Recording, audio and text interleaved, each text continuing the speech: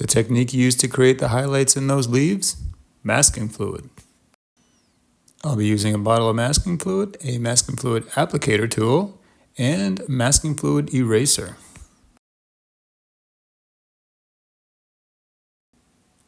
First, we'll sketch out the scene. This would be a nice little forest scene that a friend of mine at work had asked me to paint. All right, now that we're all sketched out, we'll go ahead and apply the masking fluid. Hope you'll forgive me, I'm using a really old bottle of masking fluid, but all you have to do is dip the applicator tool into the bottle and apply the masking fluid to the areas of the painting that we don't want painted. This way we don't have to worry about accidentally covering up any areas we don't want painted, because the masking fluid will preserve those areas even if we paint over them. This applicator tool is called the Incredible Nib, and I'm using the narrow end of the brush for smaller details. You can also use the wider end of the tool for larger areas.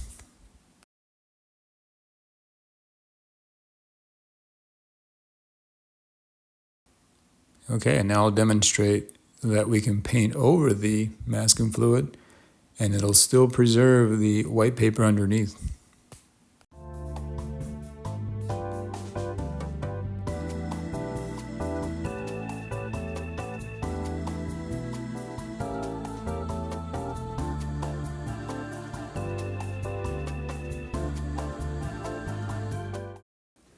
Okay, now with the masking fluid eraser, I'm lifting the masking fluid off of the paper by applying gentle pressure, yet enough pressure to actually remove the fluid.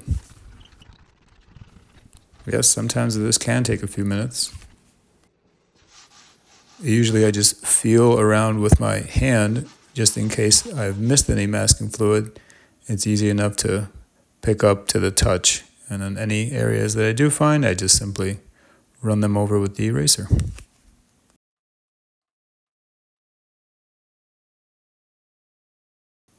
So now that we've removed the masking fluid, the painting looks a little strange with these white globs all over the place. So what I'm doing now is I'm just filling in the areas with the colors of the leaves, grasses, wildflowers, and what have you.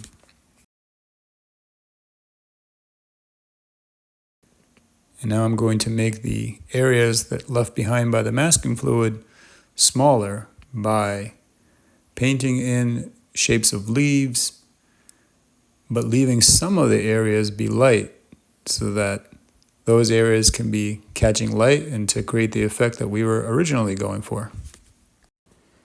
Again, the main idea behind masking fluid is that we don't have to worry about brushing over any white areas that we don't want painted over, because in watercolor, we don't use white. So this is a great way to save some of those highlights. Just some last minute leaves on those birch saplings, and that should wrap it up. Hope you've enjoyed this tutorial and learned a little bit about how to use masking fluid. Thanks a lot for watching.